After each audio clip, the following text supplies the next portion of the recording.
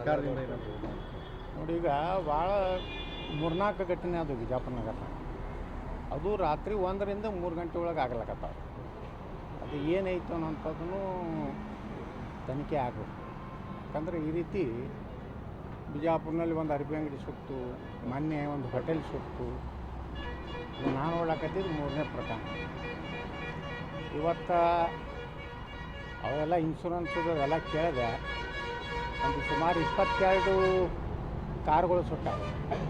22ರಾಗ ಒಂದು 10 ಇನ್ಶೂರೆನ್ಸ್ ಇದೆ. ಇನ್ನು ಉಳ್ಕಿದ್ದು ಏನು ಮಾಡಿರ್ತಾರೆ, ಈ ಇನ್ಶೂರೆನ್ಸ್ ಥರ್ಡ್ ಪಾರ್ಟಿ ಅಂತೇಳಿ ಮಾಡ್ತಾರೆ. ಥರ್ಡ್ ಪಾರ್ಟಿ ಅಂದರೆ ಯಾರು? ಯಾರಿಗಾದರೂ ಅಪಘಾತ ಆದರೆ ಅವ್ರಿಗೆ ಪರಿಹಾರ ಅಟ್ಟೆ, ವಾಹನಕ್ಕಾಗಲಿ ಮಾಲಕ್ಕಾಗಲಿ ಯಾವುದೇ ಪರಿಹಾರ ಇರೋದಿಲ್ಲ. ಹಿಂಗೊಂದು ಇದು ಇರೋದ್ರಿಂದ ಅವ್ರಿಗೇನು ಇನ್ಶೂರೆನ್ಸ್ ಸಿಗುವಂಥ ಯಾವುದೇ, ಮತ್ತು ಇವ್ರದ್ದು ಇನ್ಶೂರೆನ್ಸ್ ಮುಗಿದೋಗೈತೆ. ಅಲ್ಲ, ಅಂಗಡಿದು ಇನ್ಶೂರೆನ್ಸ್, ಅದೇ ಅಂಗಡಿದು ಇನ್ಶೂರೆನ್ಸ್ ಮುಗಿದೈತೆ. ಆದ್ರೆ ಒಂದು ಮಾತ್ರ ಐತೆ ಅದರೊಳಗೆ, ಅವರು ಸ್ಟೇಟ್ ಬ್ಯಾಂಕ್ ಆಫ್ ಇಂಡಿಯಾದಿಂದ ಅಲ್ಲಿ ಸಾಲ ತೊಗೊಂಡಾರ. ಯಾವಾಗಲೂ ಯಾವುದೇ ಬ್ಯಾಂಕರ್ಸು ಸಾಲ ಕೊಡ್ತಾರಲ್ಲ, ಅದು ವಾಹನ ಕೊಡಲಿ ಅಂಗಡಿ ಕೊಡಲಿ, ಇವ್ರು ಇನ್ಶೂರೆನ್ಸ್ ಮಾಡ್ಲಿಕ್ಕಂದ್ರೂ ಅವ್ರು ಪ್ರತಿ ವರ್ಷ ರಿನ್ಯೂವಲ್ ಡೇಟಿಗೆ ಅವ್ರು ಮಾಡಿಬಿಟ್ಟಿರ್ತಾರೆ. ಆಟೋಮೆಟಿಕ್ ಅವ್ರು ಮಾಡಿ ನಮ್ಮ ಖಾತೆಗೆ ಅವ್ರು ಖರ್ಚು ಹಾಕಿಬಿಟ್ಟಿರ್ತಾರೆ ಇನ್ಶೂರೆನ್ಸ್. ಅದು ಏನಾಗೈತೆ ಅದನ್ನು ನೋಡತ್ತೇಳೀನಿ ನಾನು. ಇದೊಂದು ವಿಶೇಷ ಪ್ರಕರಣದ ಮುಖ್ಯಮಂತ್ರಿಗಳಿಗೆ ನಾನು ವಿನಂತಿ ಮಾಡ್ಕೊತೀನಿ, ಸಾಧ್ಯ ಆದಷ್ಟು ಒಂದು ಮಾನವೀಯ ದೃಷ್ಟಿಯಿಂದ ಪರಿಹಾರ ಕೊಡಲಿಕ್ಕೆ ನಮ್ಮ ಜಿಲ್ಲಾ ಉಸ್ತುವಾರಿ ಸಚಿವರಿಗೂ ಮಾತಾಡ್ತೀನಿ, ನಮ್ಮ ಮುಖ್ಯಮಂತ್ರಿಗಳಿಗೂ ಮಾತಾಡ್ತೀನಿ. ಅದೇ ರೀತಿ ವೈಯಕ್ತಿಕವಾಗಿ ನಾನು ಅವ್ರಿಗೆ ಹೇಳಿನೂ ಒಂದು 5 ಲಕ್ಷ ರೂಪಾಯಿ ನಾನು ಕೊಡ್ತೀನಿ. ಇನ್ನೂ ಏನು ಸಹಾಯ ಮಾಡಬೇಕು, ಯಾಕಂದ್ರೆ ನಮ್ಮ ಮೋಟ್ರ್ ಮಾಲೀಕರೆಲ್ಲ ನಮ್ಮ ಸದಸ್ಯರಿದು ಗಾಡಿಗಳು ಇಲ್ಲೇ ಬರ್ತಾವೆ. ಎಲ್ಲರ ಅಭಿಪ್ರಾಯ ಒಳ್ಳೆಯದಿದೆ. ಪಾಪ ಭಾಳ ಕಷ್ಟದಿಂದ ಸಣ್ಣ ಒಂದು ಉದ್ಯೋಗ ಮಾಡ್ಕೊಂಡು ಇಲ್ಲಿವರೆಗೆ ಬಂದಾನ. ನಾವೆಲ್ಲ ಜವಾಬ್ದಾರಿ ಸಮಾಜದ್ದು ಎಲ್ಲರೂ ಎತ್ತಿ ಹಿಡಿಬೇಕು. ಆ ರೀತಿ ಏನೇನು ಸಹಾಯ ಆಗ್ತದೆ ನನ್ನ ವೈಯಕ್ತಿಕ ಮತ್ತು ಸರ್ಕಾರದಿಂದ ನಾವು 100ಕ್ಕೆ 100 ಪ್ರಾಮಾಣಿಕ ಪ್ರಯತ್ನ ಮಾಡಿ ಕೊಡಿಸೋ ವ್ಯವಸ್ಥೆ ಮಾಡ್ತೀವಿ. ಸರ್, ಈಗ ರಾಜಕೀಯವಾಗಿ ಮಾತಾಡಬೇಕು, ಮಾಡಿದ್ದು ಕರೆಕ್ಟ್ ಇದೆ ಅಂತ. ಇನ್ನು ನಿಮ್ಮ ಮೊನ್ನೆ ಜಿಲ್ಲಾ ಉಸ್ತುವಾರಿ ಸಚಿವ ಎಂ ಬಿ ಪಾಟೀಲ್ ಮಾತಾಡುವಾಗ ಹೇಳಿದರು, ಏನು ದ್ವೇಷ ಭಾಷಣ ಇದೆ, ನಮ್ಮವರೇ ಇದ್ದಾರೆ, ನಮ್ಮಲ್ಲೇ ಇದ್ದಾರೆ, ನೋಡಬೇಕು ಯಾವ ರೀತಿ ಮಾತಾಡ್ತಾರೆ, ಬಾಯಿ ಬಂದಂಗೆಲ್ಲ ಮಾತಾಡ್ತಾರೆ ಅಂತೇಳಿ ಪರೋಕ್ಷವಾಗಿ ನಿಮ್ಮ ಬಗ್ಗೆ ಮಾತಾಡಿದ್ರು. ನಾ ಅಪರೋಕ್ಷ ಮಾತಾಡೋದಕ್ಕೆ ಉತ್ತರ ಕೊಡ್ಕೊತ ಹೋಗೋದಿಲ್ಲ. ಅವರು ಒಬ್ಬ ಕಾಂಗ್ರೆಸ್ಸಿನ ಶಾಸಕರು ಅದಾರ ಮತ್ತು ಮಂತ್ರಿ ಅದಾರ. ಅದು ಸಮರ್ಥನೆ ಮಾಡ್ಕೊತ ಅನಿವಾರ್ಯ ಇರ್ತದೆ. ಕೆಲವೊಮ್ಮೆ ಏನಾಗ್ತದೆ, ಆತ್ಮವಂಚನೆ ಮಾಡ್ಕೊಂಡು ನಾವು ಒಪ್ಪಬೇಕಾಗ್ತದೆ. ಈಗ ನಮ್ಮ ಬಿ ಜೆ ಪಿಗೆ ಅದಾರ, ಆತ್ಮವಂಚನೆ ಮಾಡ್ಕೊಂಡು ವಿಜೇಂದ್ರ ಒಪ್ಪ. ಏನು ಮಾಡೋದು, ಹೈಕಮಾಂಡ್ಗೆ ಏನು ಅಲ್ಲಕ್ಕೆ ಬರೋದಿಲ್ಲ. ನನಗೆ ಧೈರ್ಯಲ್ಲೇ ಮಾತಾಡೋ ತಾಕತ್ತಿಲ್ಲ. ಈ ಮನೆ ಎಲ್ಲ ಎಮ್ ಎಲ್ ಎಗಳು ಹೇಳ್ತಿದ್ರು, ನೀವು ಬಿ ಜೆ ಪಿಗೆ ಬರ್ಲಿಕ್ಕಂದ್ರೆ ನಮ್ಮ ಮನೆಯಾಗ ಇಡ್ತೀರಿ ಮುಂದಿನ ಸಲ ಅಂತೇಳಿ. ಅದನ್ನೇ ಹೋಗಿ ಅಲ್ಲಿ ಹೇಳಿ ಅಂತೇಳಿ, ಹೊಸ ಅಧ್ಯಕ್ಷ ಬರೋದು, ರಾಷ್ಟ್ರೀಯ ಅಧ್ಯಕ್ಷರು ಹೋಗಿ ಹೇಳ್ರಪ್ಪ, ಅವ್ರಿಗೆ ಅಮಿತ್ ಶಾ ಅವ್ರಿಗೆ ಹೋಗಿ ಹೇಳ್ರಿ. ಹಂಗೆ ಎಂ ಬಿ ಪಾಲ್ರಿಗೆ ಹೇಳ್ಬೇಕಾಗ್ತದೆ. ಎಂ ಬಿ ಪಾಲ್ರು ಮುಖ್ಯಮಂತ್ರಿ ಸ್ಪರ್ಧಾ ಕಣದಲ್ಲಿ ಇದ್ದಾರೆ. ಅವರು ಅತ್ಯಂತ ಸಮರ್ಥವಾಗಿ ಅವ್ರ ಪಕ್ಷ ಮತ್ತು ಸರ್ಕಾರವನ್ನು ಸಮರ್ಥನೆ ಮಾಡ್ಕೊಂಡು ಅವ್ರ ಧರ್ಮ ಅವ್ರು ಕರ್ತವ್ಯ ಮಾಡಕತ್ತಾರೆ. ನಾನು ನನ್ನ ಧರ್ಮ ಕರ್ತವ್ಯ ಮಾಡಕತ್ತೀನಿ. ಬಿ ಜೆ ಪಿ ಅವ್ರ ಧರ್ಮವೂ ಇಲ್ಲ, ಕರ್ತವ್ಯ ಇಲ್ಲ. ಕರ್ನಾಟಕದವರು ವಿಜೇಂದ್ರ ಮಾತು ಕೇಳಿ ಮಕ್ಕೊಂಡು ಮನೆ ಆಗತ್ತೆ. ಈಗ ಅನೇಕ ಬಿ ಜೆ ಪಿ ಕಾರ್ಯಕರ್ತರು ಫೇಸ್ಬುಕ್ಕಲ್ಲಿ ಮತ್ತು ಸಾಮಾಜಿಕ ಜಾಲತಾಣದಲ್ಲಿ ಕೂಡ ಪೋಸ್ಟ್ ಮಾಡ್ತಾರೆ.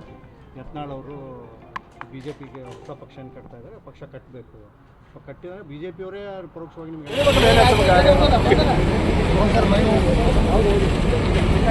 ಸರಿಯಪ್ಪ ಸರಿ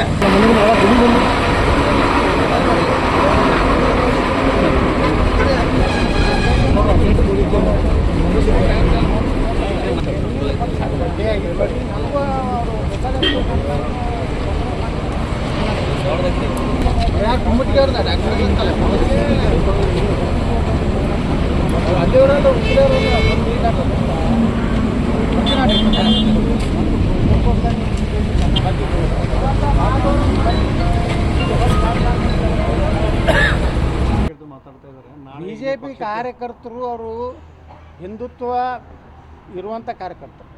ಅವ್ರಿಗೆ ಬೇಕಾಗಿದ್ದು ಸಮಾನತೆ. ನಾವೇನು ಅನ್ಯ ಧರ್ಮೀಯರಿಗೆ ಅನ್ಯಾಯ ಮಾಡಬೇಕು ಅನ್ನೋದಲ್ಲ. ನಮ್ಮ ಹೆಣ್ಮಕ್ಳಿಗೆ ತೊಂದರೆ ಮಾಡಿದಾಗ ನೀವೇನು ಮಕ್ಕೋತೀರಲ್ಲ, ಅದಕ್ಕೆ ಸರ್ಕಾರ ಹೋಯ್ತು. ನಮ್ಮ ಹಿಂದೂ ಕಾರ್ಯಕರ್ತರು ಸತ್ರು, ನೀವೇನು ಅವರಿಗೆ ಸರಿಯಾಗಿ ಸ್ಪಂದನೆ ಮಾಡಲಿಲ್ಲ, ಅವ್ರಿಗೆ ಏನು ಮಾಡಲಿಲ್ಲ. ಹಿಂಗಾಗಿ ಬಿ ಜೆ ಪಿ ಕಾರ್ಯಕರ್ತರು ನಾರಾಜಾದ್ರೆ ಭಾಳಷ್ಟು ನಾನು ನೋಡ್ತಿರ್ತೀನಿ.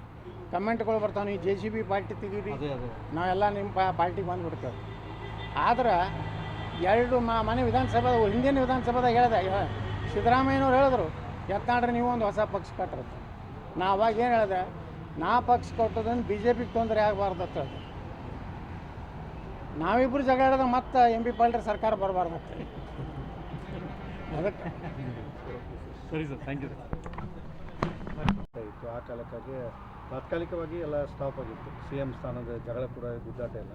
ಅದು ಇದೀಗ ಅಧಿವೇಶನ ಮುಗಿದ ತಕ್ಷಣವೇ ಶುರುವಾಗಿದೆ ಸರ್. ಮತ್ತೆ ಯತೀಂದ್ರ ಅವ್ರು ಮತ್ತೆ ಅನೌನ್ಸ್ಮೆಂಟ್ ಮಾಡಿದ್ದಾರೆ, ಸಿದ್ದರಾಮಯ್ಯ ಅವರು 5 ವರ್ಷ ಅವರೇ CM ಅಂತ. ಅವಾಗ ನಮ್ಗೆ ನಾನು ಕೊನೆಯ ದಿವಸ ನಾ ಭಾಷಣ ಮಾಡಿ ವಾಪಸ್ ಬರೋ ಮುಂದೆ ಕೆಲವೊಂದು ಕಾಂಗ್ರೆಸ್ ಮಿತ್ರರು ಸಿಕ್ಕಿದ್ರು. ನಾಳೆಯಿಂದ ಮತ್ತೆ ಪ್ರಾರಂಭ ನಮ್ಮ ಯುದ್ಧ ಅಂತೇಳಿ. ಆ ರೀತಿ ಯುದ್ಧ ಪ್ರಾರಂಭ ಆಗಿದೆ. ಏನು ಮಾಡ್ತಾರೆ ಹಾಗೆ ಆಗ್ತದೆ ನೋಡ್ಬೇಕು ಅಷ್ಟೇ. ನಮಗೆ ಭಾಳ ಚಿಂತೆ ಇರೋದೇನೆಂದ್ರೆ ಇವ್ರ ಜಗಳದಿಂದ ಕರ್ನಾಟಕ ಅಭಿವೃದ್ಧಿ ಸಂಪೂರ್ಣ ಸ್ಥಗಿತ ಆಗಿದೆ. ಯಾವ ಇಲಾಖೆಯಲ್ಲೂ ಸಹ ಇವತ್ತು ನೇಮಕಾತಿ ಆಗ್ತಾಯಿಲ್ಲ.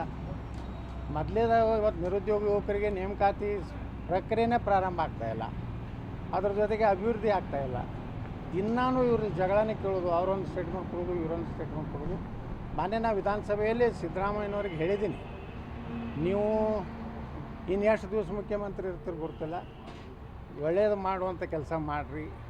ಈ ಜಗಳದಿಂದ ನಮ್ಮ ಅಭಿವೃದ್ಧಿ ನಿಂತದ. ನೀರಾವರಿ, ಕೃಷ್ಣಾ ನೀರಾವರಿಗೆ ಸರಿಯಾದ ಹಣ ಸಿಕ್ಕಿಲ್ಲ. ಗುತ್ತಿಗೆದಾರರ ಬಾಕಿ ಸುಮಾರು 30,000 ಕೋಟಿ, 38,000 ಕೋಟಿ ಬಾಕಿ ಇದೆ. ಬರೀ ಆ ಹಿಂದೆ ಸರ್ಕಾರ ಇತ್ತು, ಈ ಸರ್ಕಾರ ಇತ್ತಂದ್ರೆ ಕೊನೆಗೆ ಆ ಜಗಳದಾಗ ಬಡವಾಗೋದು ಜನ. ಅದಕ್ಕೆ ನಿಮ್ಮ ಜಗಳ ಜಲ್ದಿ ಬೇಗ ಮುಗಿಸೋರಿ. ಏನು ನಿರ್ಣಯ ಮಾಡಿರಿ, ಮಾಡೋದಾಗಲಿಕ್ಕಂದ್ರೆ ಕರ್ನಾಟಕ ವಿಧಾನಸಭೆ ವಿಸರ್ಜನೆ ಮಾಡಿ ಹೊಸದಾಗಿ ಜನಾದೇಶ ಪಡೀರಿ.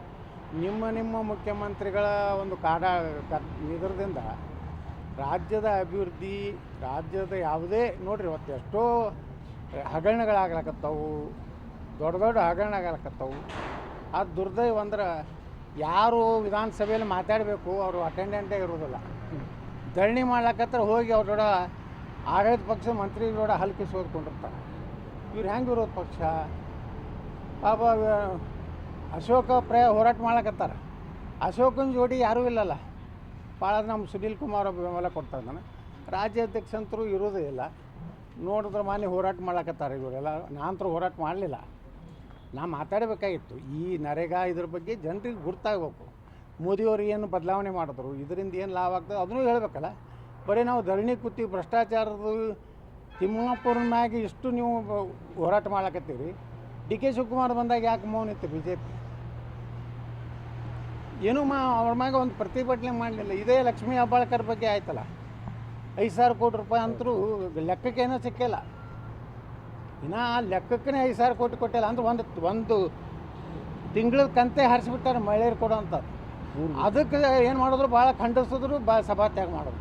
ಆದರೆ ತಿಮ್ಮಾಪುರದ ಒಂದಾಗ ಇದು ಏನಂದ್ರೆ ನಿಮ್ದು ಏನೇನು ರಾಜಕೀಯ ಐತಿ, ನಿಮ್ಮ ಒಳಗೆ ಒಪ್ಪಂದ ಏನದವು ಏನಂದ್ರೆ DK ಶಿವಕುಮಾರ್ ಬಂದ್ರೆ ನಾವು ಹೋರಾಟ ಮಾಡೋದಿಲ್ಲ, ಲಕ್ಷ್ಮೀ ಹೆಬ್ಬಾಳ್ಕರ್ದು ಬಂದ್ರೆ ಹೋರಾಟ ಮಾಡೋದಿಲ್ಲ, ತಿಮ್ಮಾಪುರದ ಬಂದ ಕೂಡ ನಾವು ಹೋರಾಟ ಮಾಡ್ತೀವಿ, ರಾಜ್ಯಾದ್ಯಂತ ಅಡ್ಡಾಡ್ತೀವಿ. ಅದ್ಯಾವುದೋ ಪಾದಯಾತ್ರೆ ಮಾಡಿದ್ರು ಮೈಸೂರಕ್ಕೆ. ವಾಲ್ಮೀಕಿ ಹಗರಣ 184 ಕೋಟಿಯಲ್ಲಿ ಮುಖ್ಯಮಂತ್ರಿಗಳೇ ವಿಧಾನಸಭೆಯಲ್ಲಿ ನನ್ನ ಪ್ರಶ್ನೆಗೆ ಉತ್ತರ ಒಪ್ಕೊಂಡ್ರು. ಯತ್ನಾಳ್ರಿ 184 ಕೋಟಿ ಆಗಿಲ್ಲ, 84 ಕೋಟಿ. ಅದಕ್ಕೆ ನಾ ಹೇಳಿದೆ, ಇಷ್ಟು ತಿಂದರು ಅಷ್ಟೇ, ಅಷ್ಟು ತಿಂದರು ಅಷ್ಟೇ ಮುಖ್ಯಮಂತ್ರಿಗಳು. ನೀವು ಬಡವ್ರು ರೊಕ್ಕ ತಿಲ್ಲಕತ್ತೀರಿ, ದಲಿತರು ರೊಕ್ಕ ತಿಲ್ಲ. SC PDHP ಬಗ್ಗೆ ಮಾತಾಡೋದಿಲ್ಲ. ಸುಮಾರು 30,000 ಕೋಟಿ ರೂಪಾಯಿ ಇವತ್ತು ಡೈವರ್ಟ್ ಮಾಡ್ಕೊಂಡಾರೆ. ನಾವು ಮನೆ ವಿಧಾನಸಭೆಯಲ್ಲಿ ಹೇಳಿದೆ, ಮತ್ತು ನೀವು SC ST ಕಾಳಜಿ ಮಾಡ್ತೀನಿ ಇರ್ತೀರಿ, ಅವ್ರದ್ದು ರೊಕ್ಕ ತಿತ್ತೀರಿ. ಬರೀ ಮೈನಾರಿಟಿಗಳು ನೀವು ರೊಕ್ಕ ಕೊಡ್ಲಾಕತ್ತೀರಿ. ಇವತ್ತು ಸಾಲ ಮನ್ನಾ ಇದು ಬಡ್ಡಿ ಮನ್ನಾ ಮಾಡ್ಯಾರ. ಅಂದ್ರೆ ಉಳ್ಕಿದ ಬಡವರು ಅಲ್ಲ, ಎಲ್ಲ ಬಡವ್ರದ್ದು ಮನ್ನಾ ಮಾಡ್ರಿ.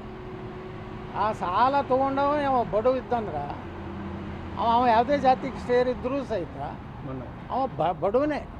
ಅವ್ರಿಗೆಲ್ಲರಿಗೂ ಸಮಾನವಾಗಿ ನೀವು ಜಾತಿ ಹತ್ತಿದ್ರೆ ಸಮಾನವಾಗಿ ನೋಡ್ಕೊರಿ. ಒಂದೇ ವರ್ಗಕ್ಕೆ ಮನ್ನಾ ಮಾಡೋದು, ಅದೇ SC ST ರೊಕ್ಕ ತಿನ್ನೋದು, ಇನ್ನೊಂದು ಹಿಂದುಳಿದ ವರ್ಗದವ್ರದ್ದು ಸಾಲ ಮನ್ನಾ ಮಾಡೋದಿಲ್ಲ. ಈ ಎಲ್ಲ ದ್ವಂದ್ವ ನೀತಿ ಅನ್ನೋದ ಈ ಸರ್ಕಾರದ್ದು ಜನ ಬೇಸರಾಗೈತಿ. ಅದಕ್ಕೆ ನಾ ಇಷ್ಟೇ ಹೇಳ್ತೀನಿ, ನಿಮ್ಗೆ ವಿಫಲರಾಗಿರಿ. ಸಿದ್ದರಾಮಯ್ಯನವ್ರು ಈ ಟರ್ಮ್ ವಿಫಲರಾಗ್ಯಾರ. ಮೊದಲಿನ ಸಿದ್ದರಾಮಯ್ಯ ಇಲ್ಲ ನಾ ಹೇಳೋದಿಲ್ಲ, ಕಾಂಗ್ರೆಸ್ನವ್ರು ಹೇಳಕತ್ತಾರೆ. ಆ ಸಿದ್ದರಾಮಯ್ಯನವರ ಒಂದು ಏನು ಇದು ಇತ್ತು, ಈಗ ಉಳಿದಲ್ಲ, ಯಾಕಂದ್ರೆ ದಿನ ಡಿ ಕೆ ಶಿವಕುಮಾರ್ ಕಿರಿಕಿರಿ, ದಿನ ಮೆಂಟಲಿ ಟಾರ್ಚರ್.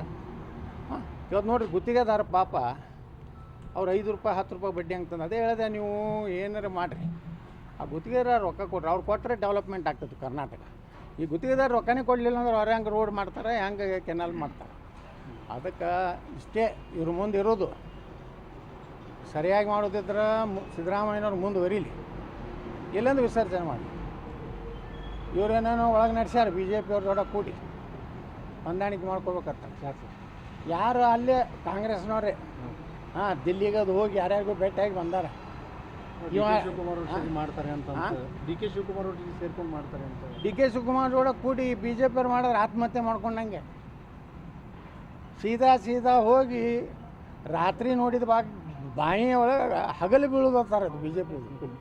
ಆದ್ರೆ ನನ್ನ ವಿಶ್ವಾಸ ಐತಿ ಮೋದಿಯವ್ರು ಇದಕ್ಕೆ ಒಪ್ಪೋದಿಲ್ಲ. ಏನೇ ಸಮಸ್ಯೆ ಬಗೆಹರಿಸಬೇಕು, ಸಿದ್ದರಾಮಯ್ಯನವರು ಅವ್ರ ಶಕ್ತಿ ಏನು ಅನ್ನೋದು ತೋರಿಸೋ ಕಾಲ ಬಂದದ. ಅವ್ರ ಅಗ್ನಿ ಪರೀಕ್ಷೆ ಅದ. ಅವ್ರು ಇದ್ರಾಗ ಸೋತ್ರೆ ಅಂದ್ರೆ ರಾಜಕೀಯ ಮುಗೀತೈತಿ. ಅದಕ್ಕೆ ನೀವೇ ಮುಂದುವರಿಕ ವಿಸರ್ಜನೆ ಮಾಡಿರಿ, ಅದೇ ನಮ್ಮ ಆಪ್ಷನ್. ಅದ್ರ ಸಲುವಾಗಿ ಅಲ್ಪಸಂಖ್ಯಾತರಿಗೆ ಓಲೈಕೆ ಮಾಡೋಕ್ಕೆ ಅಲ್ಪಸಂಖ್ಯಾತ ನಿಗಮದ 25 ರಿಂದ 30 ಕೋಟಿ ರೂಪಾಯಿ ಬಡ್ಡಿ ಮನ್ನಾ ಮಾಡ್ತೀವಿ.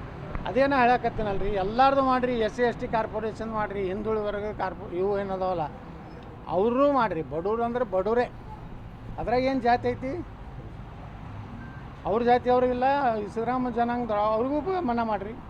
SC ST ಅವ್ರು ಏನು ಪಾಪ ಮಾಡ್ಯಾರ? ಅವ್ರು ನಿಮ್ಮ ನಂಬ್ಯಾರಲ್ಲ, ಅವ್ರದ್ದು ಮಾಡಿರಿ. ನೀವು ಒಂದು ವರ್ಗನ ಹಿಡ್ಕೊಂಡು ಹೋಗ್ಬೇಡ್ರಿ, ನೀವು ಜಾತ್ಯತೀತನದ ಎಲ್ಲ ವರ್ಗನ ಹಿಡ್ಕೊಂಡು ಹೋಗಿ. ಅಂದರೆ ನೀವು ದಲಿತರು ರೊಕ್ಕನೂ ತಿಂದ್ರಿ, ಅದನ್ನು ಹೋಯ್ದು ಗ್ಯಾರಂಟಿ ಒಳಗೆ ಹಾಕಿದ್ರಿ, ಅವ್ರಿಗೆ ಸಿಗೋ ಸೌಲಭ್ಯನೂ ಸಿಗಲಿಲ್ಲ, ಅವು ಮತ್ತು ಭ್ರಷ್ಟಾಚಾರ ಮಾಡ್ಲಾಕತ್ತೀರಿ. ಅಂದಾಗ ನೀವು ಹೆಂಗೆ ಎಲ್ಲ ಜನಾಂಗದ ನಾಯಕರಾಗ್ತೀರಿ? ಸರ್, ಈಗ ದ್ವೇಷ ಭಾಷಣ